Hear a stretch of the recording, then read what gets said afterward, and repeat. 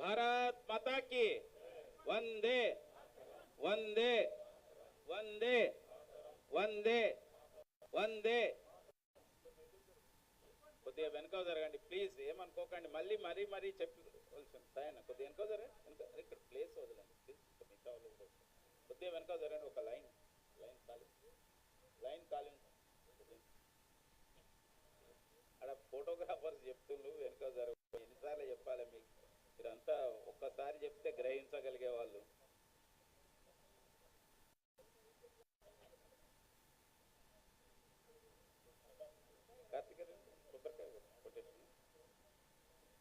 కొంచెం ఇక్కడ వెనుకకు ఉండాలి ప్లీజ్. బస్వాల్ जी थोड़ा पीछे पीछे रहे तो सब लोग कुत्ते ना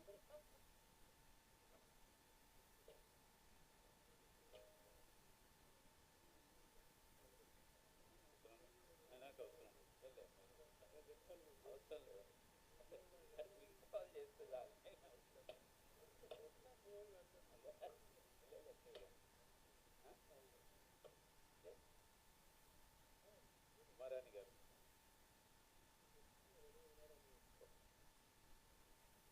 మలేషియా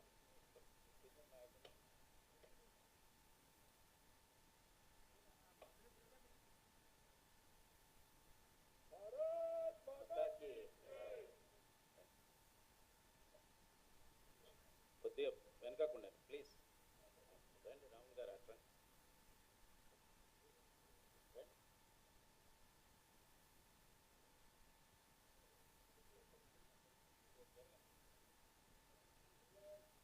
ఇప్పుడు మన యొక్క సంఘటన మంత్రి చంద్రశేఖర్ జీ,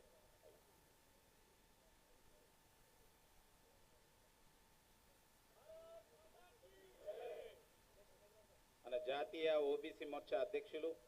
గౌరవ పార్లమెంట్ సభ్యులు, మన యొక్క పార్లమెంట్ బోర్డు సభ్యులు గౌరవనీయులు డాక్టర్ లక్ష్మణ్ గారిని పతాకావిష్కరణ చేయవలసిందిగా మనవి చేస్తున్నాం. जय जय बोलो स्वतंत्र भारत की, जय बोलो स्वतंत्र भारत की, भारत माता की जय, भारत माता की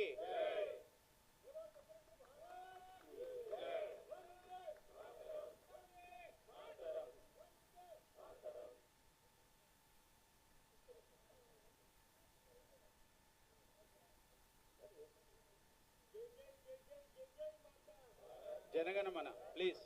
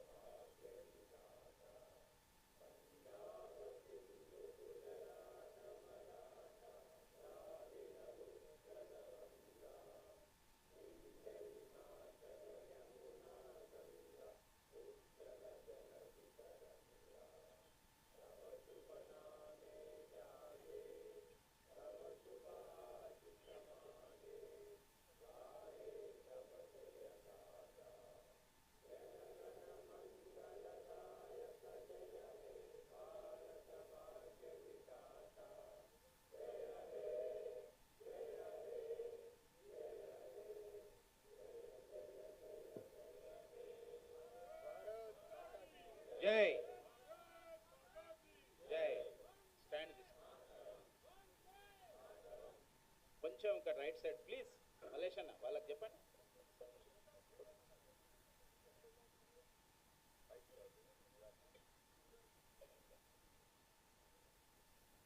గౌరవనీయులు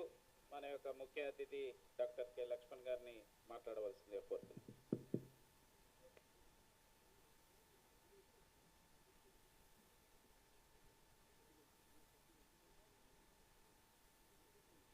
రాష్ట్ర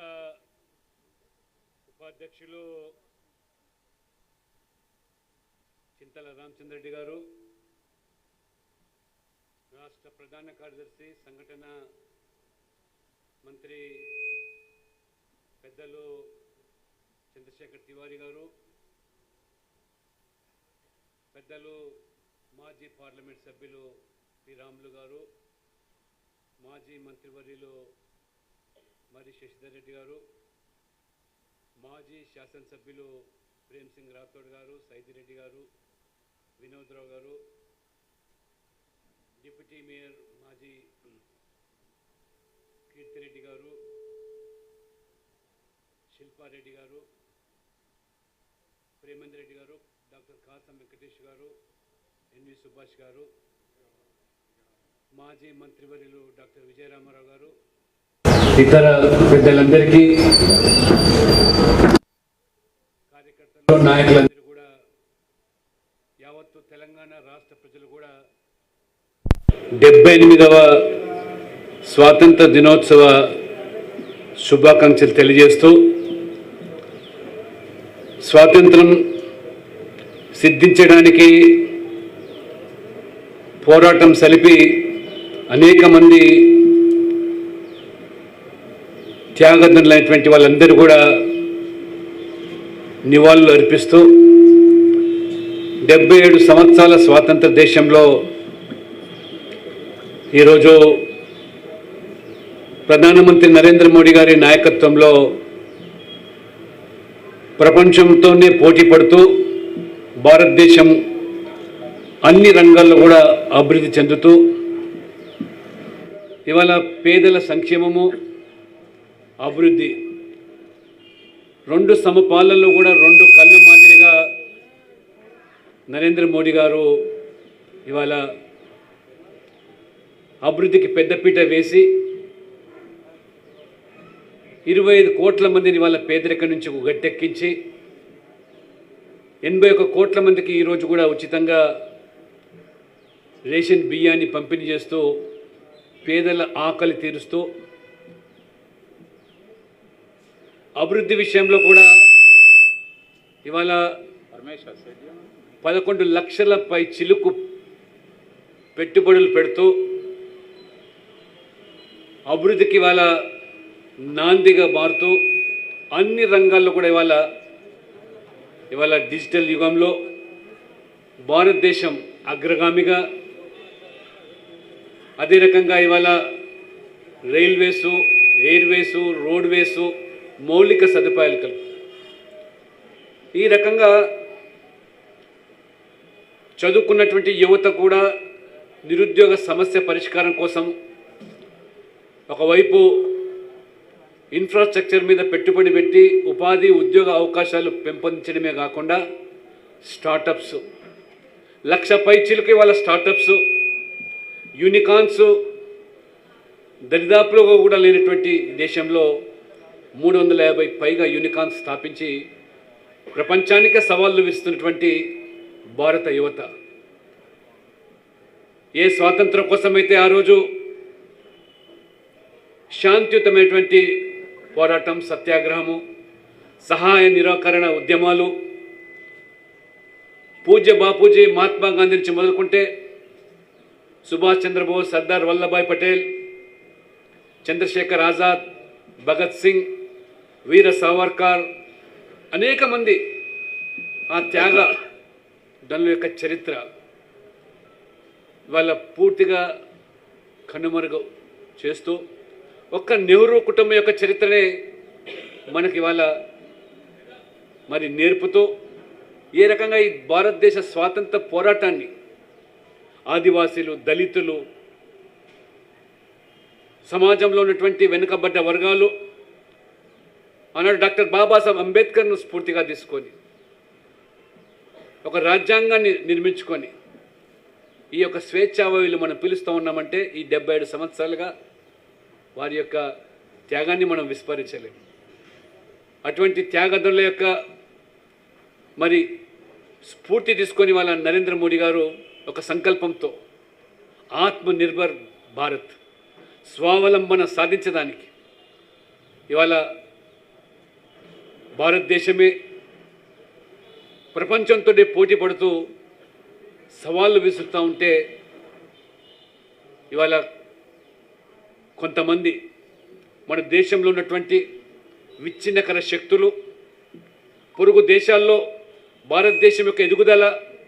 నరేంద్ర మోడీ నాయకత్వంలో ప్రపంచంలోని ఒక బలీయమైన దేశంగా మారుతున్నటువంటి పరిస్థితిని గమనించి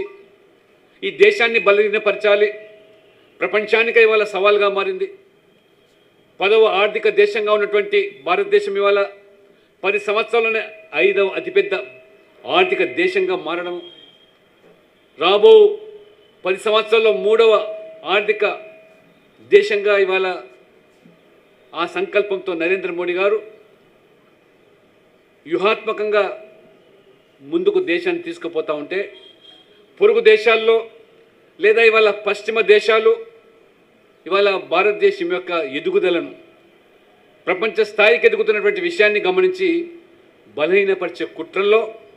ఏ రకంగా ఇవాళ మనం గమనిస్తూ ఉన్నాం. ఇవాళ బంగ్లాదేశ్ యొక్క పరిణామాలు అందరినీ కూడా తీవ్ర దిగ్భ్రాంతికి గురి చేస్తూ ఉన్నది. బంగ్లాదేశ్లో ఉన్నటువంటి పర్యవసనాలు ఎవరు ప్రోద్బలంతో ఎవరి యొక్క మరి ఉసిగొలిపి ఈ యొక్క ఆసియా ఖండంలో భారతదేశాన్ని బలహీనపరచాలంటే పొరుగు దేశాల్లో కూడా ఒక భారత వ్యతిరేకతమైనటువంటి భావనను పెంపొందించి ఆ రకంగా తమ పబ్బం గడుపుకోవడానికి ప్రయత్నం చేస్తున్నటువంటి విదేశీయులతో కూడా మన స్వదేశంలో ఉన్నటువంటి కొన్ని పార్టీలు వారికి ఊతమిచ్చే విధంగా ఆ విచ్ఛిన్నకర శక్తులకు దోహదపడే విధంగా కాంగ్రెస్తో సహా ఇవాళ కేవలం పదవి వ్యామోహంతో అధికార దాహంతో ఏ రకంగా ఆనాడు నెహ్రూ మొదలుకొని ఈ దేశ విభజనకు ఆ రోజు ఏ రకంగా నాంది పలికారో మనం చూస్తున్నాం. నిన్న 14 ఆగస్టు యొక్క కాలరాత్రిని దేశమంతా కూడా నరేంద్ర మోడీ గారి యొక్క పిలుపు మేరకు హర్ ఘర్ తిరంగా పేరు మీద ఒక దేశభక్తిని నిర్మణింపజేయడానికి యువతలో ఈనాటి తరానికి భావి తరాలకు ఈ దేశ సమగ్రత గురించి ఒక అఖండ భారత యొక్క చరిత్రను చాటి చెప్పడానికి ఈ నెల 11 నుంచి 15 తేదీ వరకు మనం చేస్తున్న కార్యక్రమాలు ఆనాటి కాలరాత్రులు ఏ రకంగా పదవి వ్యామోహంతో ముస్లిం లీగ్ మహమ్మద్ అలీ జిన్నా స్వాతంత్రం యొక్క సందర్భంలో బ్రిటిష్ పాలకుల నుంచి విముక్తి పొంది ఆ యొక్క బానిస సంఖ్యల నుంచి మనమంతా కూడా స్వేచ్ఛగా మరి ఆ ఊపిరి పీల్చుకునే రోజు ఈ దేశం మొదటి ప్రధానమంత్రిగా మహమ్మద్ అలీ జిన్నా నేను కావాలని వారు ఆ రకంగా ఒత్తిడి పెంచితే మహాత్మా గాంధీ నెహ్రూ గారికి ఇచ్చిన మాటకు అనుగుణంగా ఈ స్వాతంత్రం యొక్క దేశానికి మొదటి ప్రధాని నెహ్రూ గారు మాత్రమే అని చెప్పి వారు నిర్ధారించుకోవడం వల్ల జీర్ణించుకోలేనటువంటి జిన్నా ఈ దేశాన్ని 2 ముక్కలుగా చేసి ముస్లింల కోసం ఒక ఇస్లామిక్ దేశం ప్రత్యేకంగా కావాలని ఒక డిమాండ్తో ఆ రోజు చివరికి నా దేహం ముక్కలైనా పర్వాలేదు కానీ ఈ దేశాన్ని ముక్కలు చేయనివ్వని చెప్పినటువంటి మహాత్మా గాంధీ సైతం కూడా తల ఒగ్గి ఈ దేశాన్ని 2గా ముక్కలుగా మరి ఆ ఇస్లామిక్ దేశంగా ఉండేటువంటి పాకిస్తాన్కు జిన్నా ప్రధానమంత్రిగా ఆ ఆగస్టు 14 కాలరాత్రి ఆ పాకిస్తాన్ నుండి హిందువులు ఇది ఒక ఇస్లామిక్ రాజ్యంగా దేశంగా మారుతుంది కాబట్టి మాకు ఇక్కడ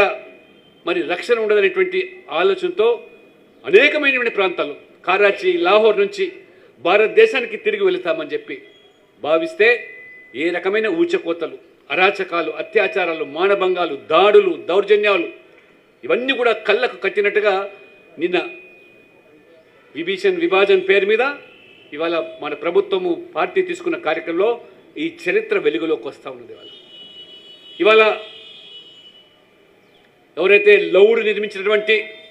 ఇవాళ ఆ లాహోర్ మనది కాకుండా పోయింది. ఇవాళ అనేకమైనటువంటి ఇవాళ ఆ చరిత్ర ఆ సంస్కృతి ఇవాళ మనది కాకుండా పోయిందంటే కేవలం ఈ దేశం మాత్రమే భౌగోళికంగా 2 ముక్కలు కాలేదు, ఈ దేశ సంస్కృతిని ఈ దేశం యొక్క సాంప్రదాయాలను కూడా 2 ముక్కలుగా చేసి అధికార దాహంతో పదవి వ్యామోహంతో ఆనాడు మహమ్మద్ అలీ జిన్నా ఒకవైపు నెహ్రూ గారు ప్రధాని కావాలనేటువంటి ఆ పదవి వ్యామోహంతో ఈ దేశం 2 ముక్కలుగా కావడం ఇవాళ ఈనాటి తరం ఆ చరిత్ర తెలుసుకోవాల్సి వస్తుంది. మళ్ళీ ఈ దేశాన్ని ముక్కలు చేయడానికి ఇవాళ మనం చూస్తూ ఉన్నాం. ఇవాళ బంగ్లాదేశ్లో ఏ రకంగా ఇవాళ ఒక ప్రజాస్వామిక దేశాన్ని అక్కడ కూల్చివేసి పాకిస్తాన్, చైనా ప్రోద్బలంతో ఈరోజు ఆ యొక్క ప్రజాస్వామిక దేశాన్ని మళ్ళీ ఆ యొక్క ముస్లిం ఛాందసవాదులు, ఇస్లామిక్ యొక్క ఉగ్రవాదులు తమ మరి గుప్పిట్లోకి తీసుకోవడానికి వారు పన్నిన పన్నాగంలో భాగంగా అక్కడ ఉన్నటువంటి మరి ప్రభుత్వం కూలిపోవడం, హిందువులు ఇవాళ అనేక దాడులకు గురవుతూ ఉంటే ఇలా కొన్ని వేల మందికి ఇవాళ హిందువులు రక్షణ లేకుండా ఇవాళ ఏ రకమైనటువంటి దాడులకు గురవుతున్నారో, అనేక మంది హత్యగాంపబడుతున్నారు. హిందువుల దేవాలయాలు, మందిరాలు ధ్వంసం కాబడుతూ ఉన్నాయి. బంగ్లాదేశ్ పూర్తిగా ఒక ఇస్లామిక్ దేశంగా కొనసాగాలి అనేటువంటి రీతిలో ఇంత దారుణం జరుగుతున్నా ఇవాళ ప్రపంచ దేశాలు ఇవాళ నిమ్మకుండడం. ఇవాళ మన దేశంలో ప్రధాన ప్రతిపక్షంగా ఉన్నటువంటి కాంగ్రెస్ పార్టీ, రాహుల్ గాంధీ సైతం కూడా బంగ్లాదేశ్లో హిందువులపైన జరుగుతున్న దాడులను, ఆ మారణ కాండాన్ని కనీసం ఇవాళ ఖండించకపోవడం చూస్తూ ఉంటే ఈ దేశం ఎట్టిపోతూ ఉన్నది. ఈ దేశ భవిష్యత్తు ఏమిటనేటువంటి ప్రశ్నలు ఉత్పన్నమవుతున్నాయి. ఇవాళ తమ రాజకీయ అవసరాల కోసం ఏ రకంగా భారతదేశంలో మతం పేరు మీద, కులం పేరు మీద ఈ దేశాన్ని మళ్ళీ ముక్కలు చేయడానికి తమ పదవి వ్యామోహం కోసం, అధికార దాహంతో దక్షిణ భారతదేశం, ఉత్తర భారతదేశం, నార్త్ ఇండియా, సౌత్ ఇండియా అనేటువంటి ఈ రకమైన విభజన తీసుకొచ్చే కుట్రలు బాహాటంగా అక్కడ ఉన్నటువంటి ఉప ముఖ్యమంత్రి డికే శివకుమార్ సోదరుడు సురేష్ కుమార్ పార్లమెంట్ సభ్యుడు దక్షిణ రాష్ట్రాలకు సంబంధించినటువంటి ఈ రాష్ట్రాలన్నీ కూడా ప్రత్యేక దేశం కావాలి డిమాండ్ తెర మీదకి తీసుకొస్తే కాంగ్రెస్ మాట్లాడదు. కాంగ్రెస్ అధినాయకత్వం వారి మీద చర్యలు తీసుకోదు. వాళ్ళ పశ్చిమ బెంగాల్ ఉదంతాలు మొత్తం దేశ ప్రజలు కలవరపరుస్తూ ఉన్నది. ఇవాళ ఇంత దారుణం జరుగుతూ ఉంటే బంగ్లాదేశ్లో హిందువుల పట్ల మమతా బెనర్జీ మాట్లాడదు. పైపెచ్చి వాళ్ళ బంగ్లాదేశ్లో ఏ రకంగా ఇవాళ రోహింగ్యాలకు ఆశ్రయం ఇచ్చి, రోహింగ్యాలను పెంచి పోషిస్తూ ఏ రకంగా అక్కడ ఉన్నటువంటి స్థానికుల మీద దాడులు, ఆ రకమైనటువంటి దౌర్జన్యాలు జరుగుతూ ఉంటే మమతా బెనర్జీ కేవలం అధికారం కోసం, ఓట్ల కోసం ఆ రోహింగ్యాలకు ఇవాళ ఆధార్ కార్డులు, రేషన్ కార్డులు, ఈ దేశ సంపదను ఏ రకంగా పంచిపెట్టే దుస్థితి ప్రజాస్వామిక వాదులు ఇవాళ ఆలోచన చేయాల్సిన పరిస్థితి వస్తుంది. ఏ స్వాతంత్రం కోసమైతే ఆనాడు ప్రాణాలు త్యాగం చేశారు, ఉరి కొమ్మాన్ని కూడా ఏ రకంగా వారు ఈ స్వాతంత్రం కోసం, స్వేచ్ఛ కోసం బ్రిటిష్ పాలకుల వ్యతిరేకంగా పోరాడి వీర సవర్కర్ యొక్క కఠినమైన కారాగార శిక్ష అండమాన్ నికోబార్లో, ఈ చరిత్ర నిజంగా ఒకసారి మనం దాన్ని ఆలోచన చేసినట్టయితే ఈ దేశం ఏమైపోతున్నది. కేరళలో పరిస్థితి, బెంగాల్లో పరిస్థితి, తమిళనాడు ద్రవిడ రాజకీయం ఈ రకంగా దేశాన్ని ముక్కలు చేయడానికి పన్నుతున్న కుట్రలను భగ్నం చేయడానికి వాళ్ళ మోదీ గారు ప్రధానమంత్రిగా సబ్కా సాత్ సబ్కా వికాస్ అని దేశ సమగ్రత కోసం, రాజకీయాల ఎన్నికల వరకే, రాజకీయాల తర్వాత ఈ దేశం కోసం, దేశ ప్రజలందరి కోసం అని చెప్పి వారు పరితపిస్తూ ఉంటే ఈ దేశంలో ఉన్న పార్టీలకు తోడు ఇతర దేశాల నుంచి కూడా మొన్న ఎన్నికల్లో ఏ రకంగా ఈ దేశాన్ని బలహీనపరచాలంటే మోడీ గారిని ఓడించాలి. ఈ దేశం బలపడుతూ ఉన్నది, సవాళ్ళు విస్తూ ఉన్నది ప్రపంచానికే, ఒక విశ్వ గురుగా మారే పరిస్థితి వస్తుందని చెప్పి ఒకవైపు పశ్చిమ దేశాలు, మరోవైపు ఈ అరబ్ దేశాలు ఈ రకంగా కుట్రలు మన్ని చైనాతో సహా ఆ రకంగా మొన్న ఎన్నికల్లో ఇంటర్నేషనల్ అంతర్జాతీయ ఏజెన్సీ సైతం కూడా ఈ దేశాన్ని బలహీనపరచాలంటే, మోడీ గారిని ఓడించాలంటే ఒక కుట్రపూరితమైన చర్యలకు పూనుకుంటే ప్రజలు నిజంగా డాక్టర్ బాబాసాహెబ్ అంబేద్కర్ ఇచ్చిన రాజ్యాంగానికి అనుగుణంగా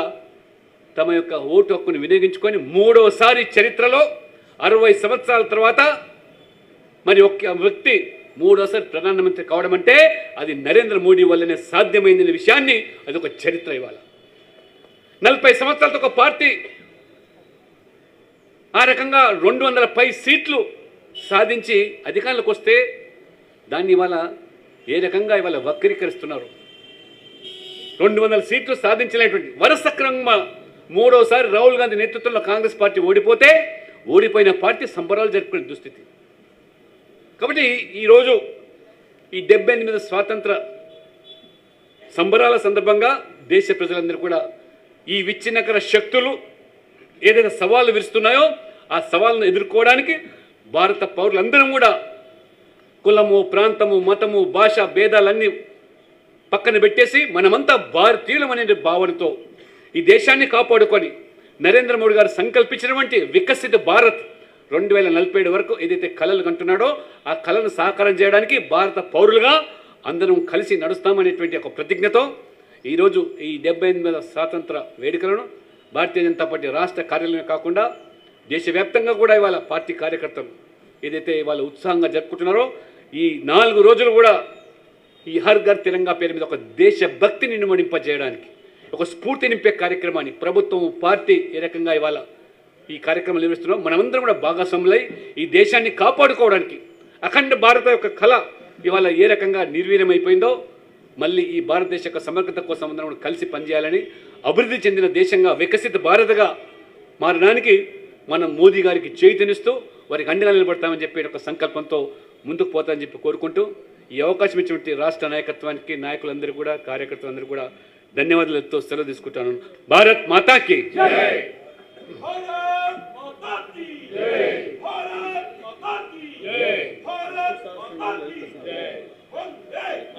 శ్రీ లలితా సహస్రనామ స్తోత్రం, విష్ణు సహస్రనామ స్తోత్రం, దాన్ని డాక్టర్ లక్ష్మణ్ గారు రిలీజ్ చేస్తున్నారు. అదేవిధంగా మనకెప్పటికీ మాయని యొక్క గాయంగా దేశ విభజన సంఘటన అనేది మనం మర్చిపోలేని సంఘటనగా, తీవ్ర విషాద సంఘటనగా మనం భావిస్తున్న యొక్క పరిస్థితి దేశ విభజన. దానికి సంబంధించిన యొక్క ఎగ్జిబిషన్ మన ఫస్ట్ ఫ్లోర్లోనే ఉంది. దయచేసి ఇక్కడికి వచ్చిన వాళ్ళందరూ సందర్శించవలసిందిగా కోరుతూ వందన సమర్పణ చేయవలసిందిగా మన రాష్ట్ర కార్యదర్శి జయశ్రీ గారిని కోరుతున్నాం.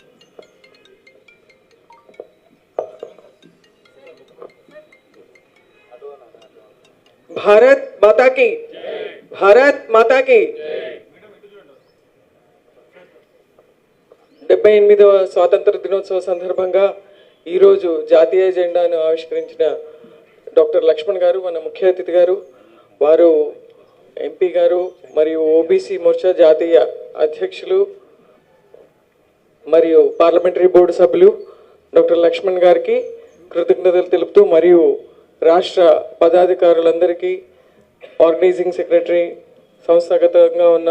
చంద్రశేఖర్ గారికి, మీడియా మిత్రులకు, రాష్ట్ర నాయకులందరికీ కూడా, భారతీయ జనతా పార్టీ నాయకులందరికీ, ముఖ్యంగా మీడియా